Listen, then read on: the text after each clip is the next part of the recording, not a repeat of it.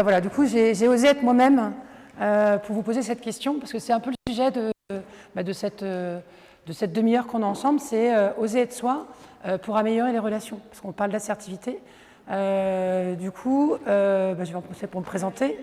C'est pas grave, c'est pas grave. Donc, je suis Sophie Thomas. J'ai une société qui s'appelle 360 Efficience, que j'ai créée il y a 1 an. Il y a 2 ans, je suis venue en fait sur le salon pour prendre un peu des infos et puis ça m'avait fait du bien parce que j'avais rencontré plein de professionnels. Donc j'espère que vous allez avoir cette journée aussi d'échange parce qu'il y a vraiment plein de partenaires en bas qui peuvent vous donner plein de conseils. Donc voilà. Donc moi j'ai la chance de présenter ce workshop. C'est un sujet qui me tient à cœur, c'est l'assertivité. Et l'assertivité, on va voir ce que c'est comment mieux communiquer et comment mieux s'affirmer. Donc c'est vraiment un sujet, voilà, quand on est une femme, les hommes ils ont le même problème aussi, mais je trouve que peut-être dans la relation des femmes, oser être soi-même, c'est super important. Donc du coup, c'est pour ça que j'ai eu envie de présenter ça. Donc il y a d'autres sujets de formation que je fais, mais celui-là c'est vraiment un sujet que j'aime bien. Là, c'est comment s'affirmer pour créer un climat de confiance et puis améliorer ses relations. Donc on va partir du postulat. Les postulats, c'est quels sont les prérequis pour avoir une meilleure assertivité et optimiser ses relations. Eh ben, il faut partir... Ouais, merci. Ah, c'est moi qui fais du coup. Ah bah c'est génial. Ouais, ça, merci. Ah, celle-là, hein. Ah ouais, c'est bien. Merci, ouais, je vais m'en sortir. Merci beaucoup. Donc du coup, le postulat, c'est déjà de se considérer que dans une relation, quand on est... Alors c'est vraiment quelque chose qu'il faut intégrer, c'est quand on a une relation compliquée avec quelqu'un, hein, donc que ce soit sur le plan perso, le plan professionnel, que ce soit avec la belle-mère, le conjoint, les enfants, il est difficile et il est même impossible de changer l'autre. Donc c'est le premier postulat qu'il faut faire, c'est qu'il faut se dire que pour la relation s'améliore, c'est à nous de changer. Donc c'est pas toujours simple hein, parce qu'on aimerait faire changer les autres, mais en fait le fait de changer nous-mêmes, eh bien, ça entraîne en fait un changement avec la personne avec qui on communique. Et le changement du coup il va venir comme ça. C'est-à-dire que si on répète toujours le même schéma, eh ben, on reste dans le même schéma, il n'y a rien qui change. Et donc c'est aussi ça l'assertivité, c'est comment, c'est vraiment un des postulats, c'est de considérer que le changement il vient déjà par soi-même. Et donc du coup, ce qui est compliqué parfois, c'est de se poser la question dans une relation qui est tendue, professionnellement, amicalement, c'est de reprendre aussi sa propre responsabilité. Quelle est ma part de responsabilité dans la relation qui est dégradée ? Donc c'est aussi avoir ce recul suffisant, de se dire, ben voilà, il y a une relation qui est tendue. Souvent, on a une tendance à reporter sur l'autre la responsabilité de l'échec de la communication, mais il faut savoir se poser puis se dire, ok, la relation, elle est compliquée, c'est quoi ma part de responsabilité dans la relation qui est compliquée ? Donc c'est vraiment le postulat, on va dire, de l'assertivité, c'est de se dire aussi, ben voilà, dans la relation compliquée, ben, j'ai aussi une part de responsabilité.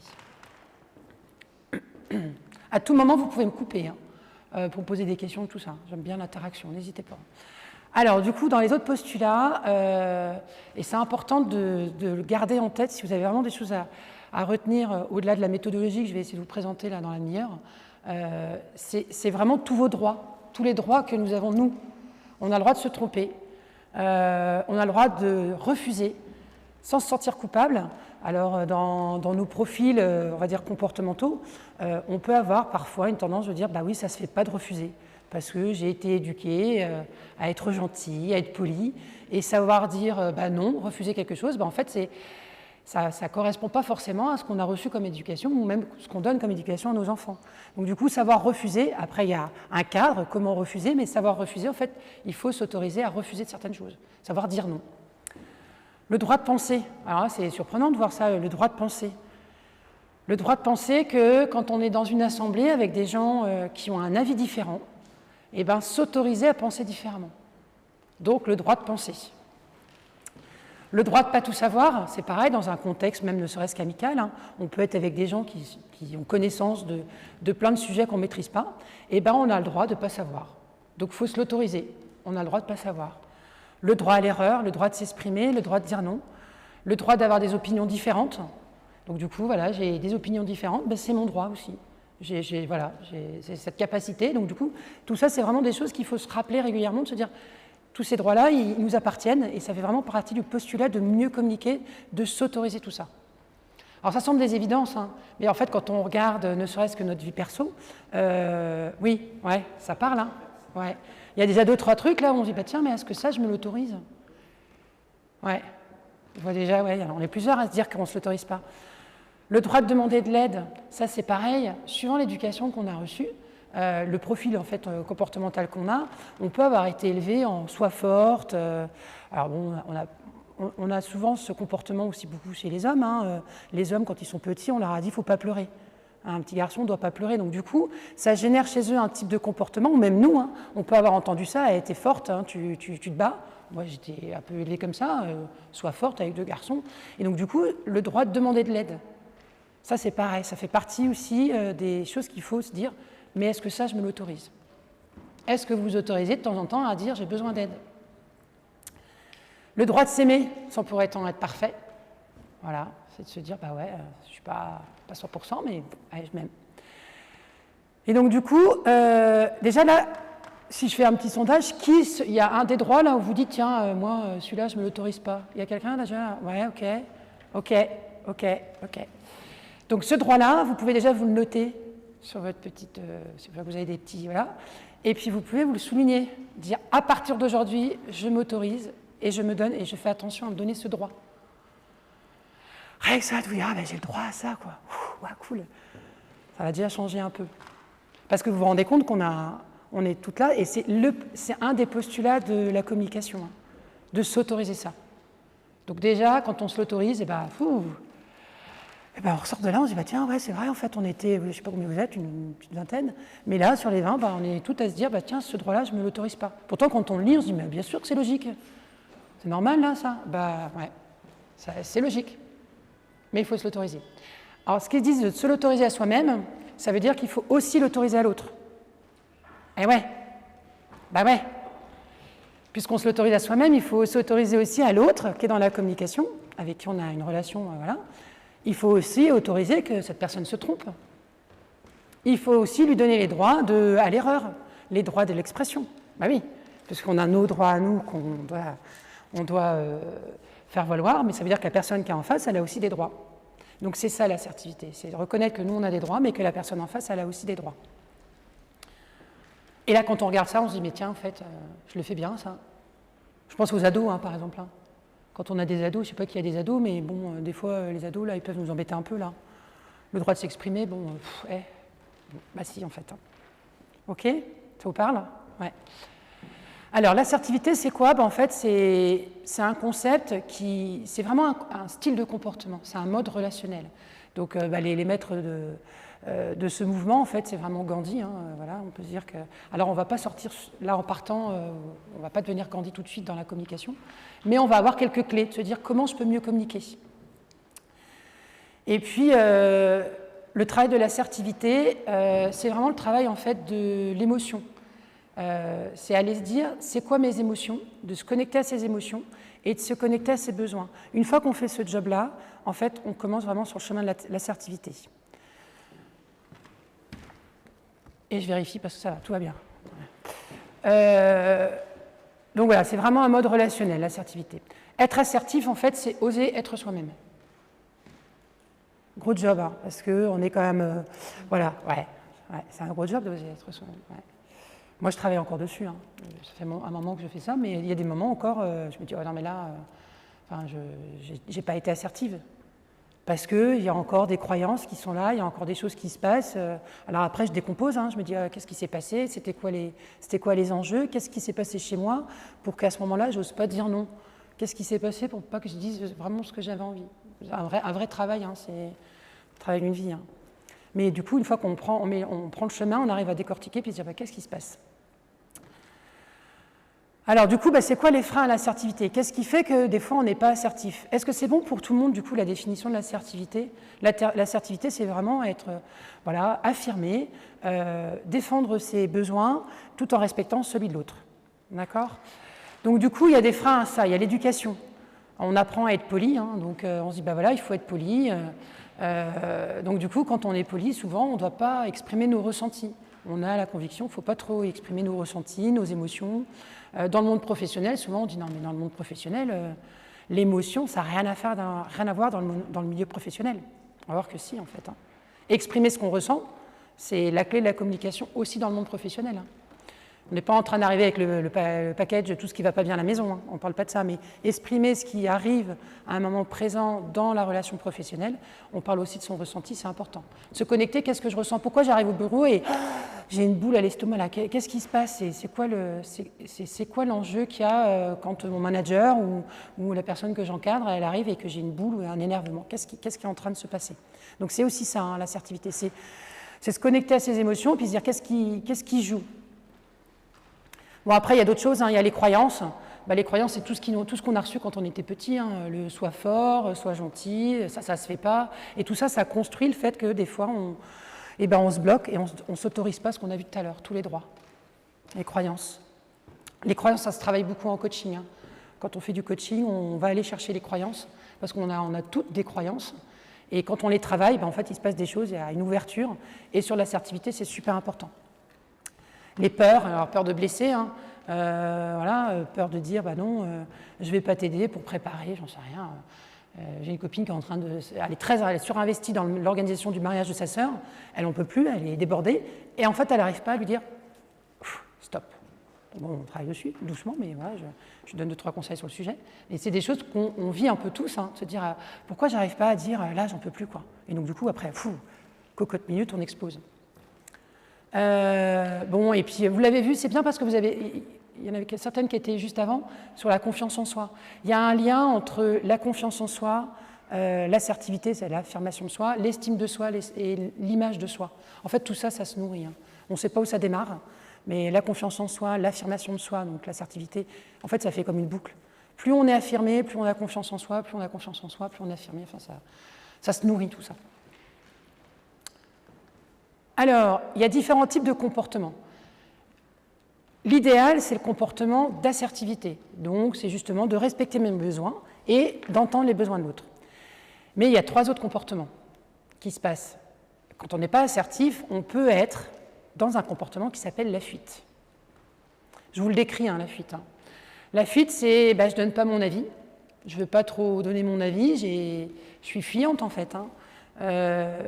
Je me dis que les autres, ils sont plus importants que moi, je me mets un peu en retrait, j'ai pas envie d'exprimer ce que je ressens, parce que j'ai l'impression que ça va générer une situation de conflit, donc je fais la fuite. La fuite, c'est en effet, on évite le sujet, on va se justifier. Alors moi, quand je ne suis pas assertive, je suis vraiment là. Hein. C'est hop, j'ai pas envie d'aller dans la confrontation, machin. Je sens que ça tombe. Hop, je préfère dire, je vais faire un tour à pied, je vais respirer plutôt que vraiment exprimer. Donc, si je ne suis pas assertive, je suis là. Je vais me retrouver un peu là. J'en ai encore, hein, de là. Donc, pour vous dire, hein, la relation, elle se travaille. Hein. Donc là, le danger, c'est que derrière, qu'est-ce qui se passe? Il y a des maux physiques, on a mal au dos, on a mal au cervical, alors ça fait le bonheur des ostéos, hein, et des kinés. Voilà, on a un peu mal partout, on peut avoir mal à l'estomac, ça va, il y en a qui se reconnaissent. Voilà. Donc du coup, et souvent, on va dire, oh, c'est pas grave. Non, mais c'est pas grave. J'ai pas dit exactement ce que j'avais envie. Ok, on se fait encore un repas chez Belle Maman dimanche. Je voulais faire autre chose. C'est pas grave, ça va aller. Ouais, ok. Puis en fait, le dimanche, ça. Vous voyez, ça. Après, il y a des belles-mères qui sont sympas. Moi, je serais une super belle-mère. Après, il y a le comportement d'agressivité. L'agressivité, c'est tout l'inverse. C'est les gens qui ont besoin de mordre un peu. Hein. Donc, on peut être là aussi, hein. C'est pas grave, hein. C'est des comportements. On peut se reconnaître dans un comportement.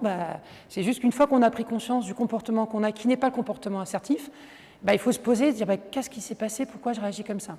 L'agressivité, c'est quoi? C'est les personnes qui ont une tendance à dévaloriser, à culpabiliser. Il y a beaucoup de pratiques de l'ironie. Hein. Souvent, plutôt que de répondre à vraiment à une interrogation dans la relation, il y a la pratique de l'ironie, et puis il y a le flou, la gestion du flou. On ne répond pas vraiment. On ne sait pas vraiment ce que la personne est en train de dire. Donc du coup, la relation, elle est biaisée. Hein. Conséquence, en fait, c'est que la relation à l'autre, il n'y a pas de respect vis-à-vis de l'autre, hein, parce qu'on va utiliser le côté agressif dans la communication. Et la personne qui utilise, si vous utilisez ce type de mode de communication, alors on se dit, celle-là, elle n'est pas terrible, mais elle n'est pas pire que la fuite, hein, c'est pareil. Faut se reconnaître. Hein. Les conséquences, c'est que du coup, il y a un sentiment d'isolement. C'est qu'en effet, les gens, la confiance est brisée, il y a une crainte de l'entourage. Si on utilise ce type de communication avec ses proches, souvent c'est un peu les ados qui prennent là-dessus, et du coup, la relation, elle ne matche plus après. Donc, on a perdu en qualité de relation. Donc, il faut avoir conscience que de temps en temps, soi-même, on peut avoir utilisé l'agressivité ou quelqu'un de notre entourage a recours à ce type de communication. Est-ce que ce type de communication, ça vous parle? Vous cernez un peu des gens qui l'utilisent? Ouais, ok. Peut-être vous-même, et c'est pas grave si vous l'avez. Vous n'êtes pas là pour... ok. C'est un mode de communication qui n'est pas le mode assertif.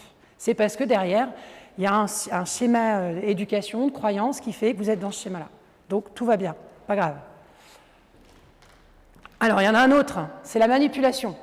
Alors, la manipulation, alors on n'est pas en train de parler du pervers narcissique, on n'en est pas là-dessus. On est vraiment dans la communication. Comment, en fait, je communique pour obtenir ce que j'ai envie? Et ça s'appelle de la manipulation. C'est-à-dire que vous avez bien compris que l'assertivité, j'ai un besoin, mais je respecte le besoin de l'autre aussi. C'est ça, l'assertivité. Donc là, dans la manipulation, on va aller chercher des moyens détournés, la flatterie, les compliments, les menaces. Pareil, l'usage des trucs un peu flous, là. On ne sait pas vraiment, c'est quoi, on mange ensemble ou on ne mange pas ensemble? On en a déjà parlé, tu n'as pas bien compris. Voilà. C'est un peu de la manipulation, voilà, on manipule la personne. On peut être là aussi, on peut être parfois en effet dans le côté flatterie ou compliment à tout va. Alors ça ne veut pas dire que les gens qui vous font un compliment spontané, attention, ça ne veut pas dire qu'ils sont manipulateurs. Parce qu'il y a des profils sociaux où le compliment il fait partie de la relation. Donc ce n'est pas forcément le trait de caractère, quelqu'un qui vous dit « Ah tu as coupé tes cheveux, ça te va bien », vous ne dites pas manipulation, d'accord? C'est pas ce qu'on est en train de dire. Mais c'est des gens voilà, qui... Là, je vois, il y a des profils un peu, des profils sociaux où on a besoin en fait d'aller vers l'autre et du coup on a le compliment spontané. Ça ne veut pas dire qu'on est dans la manipulation. Ok? Est-ce que vous avez des questions par rapport aux différents types de comportements qui ne sont pas du coup des comportements assertifs? Ça va? Est-ce que vous voyez maintenant ce que c'est que l'assertivité, là juste avec une dose? Donc c'est j'écoute mes besoins et du coup il y a le besoin de l'autre qui est en face. Mais d'abord, on se connecte à soi-même. On s'autorise des choses. Si on ne se les autorise pas dans la relation, ça veut dire qu'on laisse le chemin de la relation à l'autre. Alors, bon voilà, donc c'est quoi être assertif? Ça permet de nouer le lien. C'est super important pour garder l'harmonie. En fait, quand on communique avec de l'assertivité, on va voir après la méthodologie. Ouais, non, Sophie, c'est horrible. Méthodologie de la communication non violente, il me reste 5 minutes. Ah ouais, j'y vais, parce que je vais vraiment vous le présenter. Comment je descends? Ah mince, j'arrive pas à mettre juste sur le slide. Comment je peux faire que ça soit... J'ai pas de paperboard. Bon, alors du coup, c'est pas grave, je vous le montre. Il nous reste 5 minutes. C'est un livre que je vous conseille, ou si vous allez en bac, vous faites des coachings, ou vous cherchez des bilans de compétences, intéressez-vous sur la communication non violente. C'est Marshall Rosenberg qui parle de ça, et c'est vraiment le livre, et c'est vraiment comment mieux communiquer. Donc mieux communiquer, vous avez compris, il y a une histoire de sentiments. Ok? Et, ah ouais, merci beaucoup. Voilà, et ce petit slide, vous avez le droit de le prendre en photo. Et il y a un truc qui est super important dans la communication non violente, qu'il faut retenir, c'est que vous devez, quand vous faites une communication, il faut toujours parler des faits, en général, comme si vous étiez un peu spectatrice en fait, des faits. Donc, on observe les faits, donc c'est pour ça qu'il y a le regard. Donc, quand vous allez faire une communication, vous dites bien, il y a d'abord le regard, donc c'est le O, observation des faits. J'observe les faits, et il y a un mot qu'il faut oublier dans votre communication, c'est le tu. Tu as fait ça. Tu n'as pas rangé ta chambre. Tu m'as dit ça. Alors, tu qui tue, vous l'oubliez. C'est terminé. Retenez, vous avez des droits et vous oubliez les tu. D'accord ? Quand vous commencez en fait une communication, vous oubliez carrément le tu, parce que le tu tue. Donc du coup, vous partez en fait sur une communication observation des faits. Voilà, on avait envisagé de partir ce week-end à la mer. Il y a eu un changement de programme, on a été déjeuner chez ta mère. Voilà. Vous voyez, non mais vous voyez la différence, Tu m'as encore imposé ta mère. Enfin, ça parle. je parle toujours de la belle-mère parce qu'il y a toujours un, quand même, si c'est pas la nôtre, ça peut être notre mère à nous qui fait l'effet. Donc ça veut dire que notre conjoint, il a droit aussi d'exprimer que... Donc du coup, vous oubliez le tu qui tue, d'accord? Donc vous êtes en observation des faits, prenez comme de la hauteur.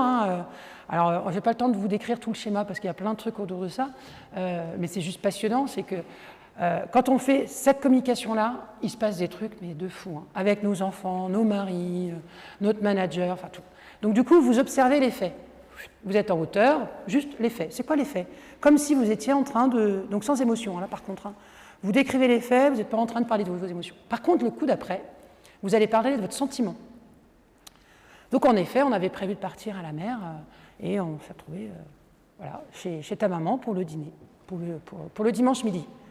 Là, vous allez parler de votre sentiment. Donc du coup, vous retenez, il y a un peu de visuel aussi, hein, l'observation des faits, vous parlez de votre sentiment. Comment vous vous sentez quand ça vous arrive de dire, ben voilà, on devait partir à la mer et on se refait le repas familial? Ça arrive à personne? Non? Qui vit ça? Personne? Bon, bah moi je dirais, je me sens déçu. Oh, je me sens déçu. Je me sens énervé en fait même. Ça m'énerve. Je me sens énervé. Donc là, j'ai parlé de mon sentiment. Il m'appartient. C'est-à-dire que sur la même situation, il y en a une qui va être triste ou l'autre qui va être déçue. Donc il faut vraiment vous dire, c'est quoi mon sentiment tout de suite là? Je suis en colère même, hein, vous avez le droit de dire, ça m'énerve. Donc je me sens déçu. Après, vous allez exprimer votre besoin, qui est connecté en fait à votre sentiment, parce que votre besoin, c'était quoi? Votre besoin, c'était peut-être juste de vous retrouver avec la fratrie, juste vous, d'avoir ce moment privilégié pour reconstruire et pour garder le lien avec votre mari. Ça marche aussi ça marche aussi côté pro, hein, là je fais un exemple perso, mais donc du coup, mon besoin, c'était de profiter de ce week-end pour qu'on se ressource et qu'on se retrouve. La personne qui est en face, elle ne peut pas dire « non mais c'est n'importe quoi ce que tu me racontes ». On a fait une observation des faits, on parle de mon sentiment, il m'appartient, mon besoin, c'est le mien, hein. Mon besoin, c'est qu'on soit ensemble pendant cette période-là, et après vous allez effectuer 2 minutes. Vous allez effectuer une demande, et la demande, ça serait, voilà, est-ce qu'on peut positionner, donc une demande qui est réalisable, donc dans la demande il y a plein de sujets à voir, donc je n'aurai pas le temps de vous les exposer. Quelle frustration. Donc du coup, ouais, dans la demande, en fait, vous devez faire une demande en fait qui est concrète, rapide et réalisable. Dans la demande, ce n'est pas une exigence. C'est-à-dire qu'il faut admettre que la personne qui est en face de soi, elle dise non. On revient sur les droits. Par contre, comme vous allez avoir fait le schéma de l'observation des faits, vous êtes comme ça un peu en hauteur, voilà, vous avez parlé de votre sentiment, de votre besoin, et vous faites une demande qui vous appartient, et bien la communication, elle a changé. Donc là, vous avez amélioré votre relation avec votre patron, parce que ça marche très bien avec le patron. Hein. Le patron qui vous refuse, par exemple, je ne sais pas, une augmentation depuis longtemps, si on le fait en observation des faits, on peut le faire hein, rapidement. Hein. Il y a quelqu'un qui doit demander une augmentation? Non? Vous avez un sujet pro, là, rapidement? Quelqu'un a un sujet pro à me parler? Il me reste 1 minute. Oui, c'est quoi? C'est quoi? C'est quoi? Le salaire. Ouais, ok. Salaire? Eh bien, observation des faits, ça fait 15 ans que je suis dans la société. Je suis très investie dans cette société. Il y a peut-être une observation qu'il y a eu des augmentations qui ont été données ailleurs. Ouais, il y a des augmentations qui ont été données à mes collègues qui viennent d'intégrer, puis moi, ça fait quand même 10 ans que je suis dans la société. C'est un fait, hein. On est juste dans le fait, hein, ok? Le sentiment, c'est que j'ai un sentiment voilà, peut-être d'injustice, ou j'ai un sentiment en fait d'injustice ou de colère ou de déception. Je me sens déçu. Je suis déçu de cette situation parce que mon besoin, c'est d'avoir de la reconnaissance. La demande, c'est quoi, du coup? La demande, c'est quoi? Ça serait quoi? Est-ce que vous pouvez reconsidérer, du coup, la partie augmentation en fonction des éléments que je peux vous apporter? Est-ce qu'on peut revoir la demande? La personne qui est en face de vous, qu'est-ce qu'elle entend, du coup? Elle entend qu'il y a des faits qui sont, normalement, factuel, hein. Vous n'êtes pas en train de dire « vous ne m'avez pas augmenté, vous n'en avez rien à faire de moi, vous ne me reconnaissez pas », parce que vous ne savez rien en fait de ce que la personne est en train de vivre. Donc voilà comment on peut faire aussi dans le cadre professionnel. Il me reste 30 secondes, c'est ça? Ouais. Est-ce que vous avez des questions par rapport à ça du coup? Ouais, non? C'est super rapide. Ouais, c'est génial. Donc ça s'appelle la communication non violente. Si vous faites le tour, après, là, il y a plein de bilans de compétences, coaching, tout ça. On l'utilise beaucoup en coaching, tout ça. Parce que il y a un peu un avant et un après. Et c'est un travail long, hein. Enfin, je le travaille depuis longtemps. Voilà. Je le travaille depuis longtemps et de temps en temps, c'est-à-dire qu'on peut avoir planté une communication avec quelqu'un, avec nos enfants. J'en profite. Hein. Avec nos enfants, des fois, ils ne sont pas responsables. On rentre, on a une journée, mais harassante, ça va pas, au boulot ça n'a pas été, bref. On arrive, qu'est-ce qui se passe? La chambre n'est pas rangée. La chambre n'est pas rangée, mais elle n'était pas rangée hier non plus, hein, et avant-hier non plus. Hier, avant-hier, on n'a rien dit. Là, on arrive, pouf, souvent on fait une explosion. Pourquoi? Parce qu'il y a un effet boomerang de quelque chose qui n'a pas été dit à l'étape d'avant, et qu'est-ce qui se passe? Eh bien, c'est nos proches qui prennent. Donc du coup, pratiquer la communication non violente, aussi bien à l'étape où vraiment il s'est passé quelque chose que quand on arrive, parce qu'on peut très bien avoir un moment de tension quand on arrive, et faire de la communication non violente. Hein. C'est-à-dire qu'on peut très bien arriver en disant « j'ai une journée harassante, je rentre, je vois que la chambre est en désordre ». Vous voyez la différence avec « t'as encore pas rangé ta chambre ?» Vous sentez le truc qui se passe. Hein. Même vous, quand on vous parle comme ça, quelqu'un qui vous dit « tu n'as tu ». Moi, je recule. Si on me dit bah, « là, c'est juste des faits », après, vous pouvez dire votre sentiment bah, « je me sens fatigué, je me sens épuisé, j'ai eu une journée compliquée au travail ou je ne me sens pas respecté parce que ta chambre, je l'ai rangée il y a 2 jours ».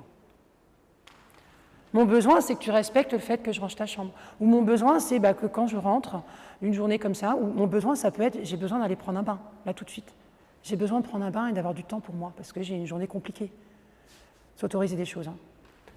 J'ai besoin d'aller prendre un bain. Et ma demande, bah, c'est vous me laissez pendant 20 minutes, toute seule dans mon bain, ou avec mon bouquin dans mon canapé. Ou mon besoin, c'est... Hein? Ouais. Vous le tentez? Qui va le tenter hein? Ouais, ok. Tentez-le. Vous avez gardez en visuel l'observation des faits. Donc, vous voyez, je fais un peu de gestuelle comme ça. Vous voyez, vous mettez bien en hauteur. Hein, vous êtes en haut. Vous prenez de la hauteur. Après, donc du coup, le sentiment, le besoin et la demande. Et on accepte que la personne qui soit en face, ça puisse dire non. Elle a le droit. Après, du coup, ça ramène un échange. Quel est son besoin à lui? Quel est le besoin de l'ado qui ne veut pas ranger sa chambre? Pourquoi il ne range pas sa chambre tout de suite là? C'est quoi? En fait, il a peut-être besoin de ce bazar. Voilà. Bon, bah, j'en avais encore pour 3 heures à vous parler de ça, mais... Passez une bonne journée. Il y a des super stands en bas. Je ne sais pas si vous faites le tour. Mais...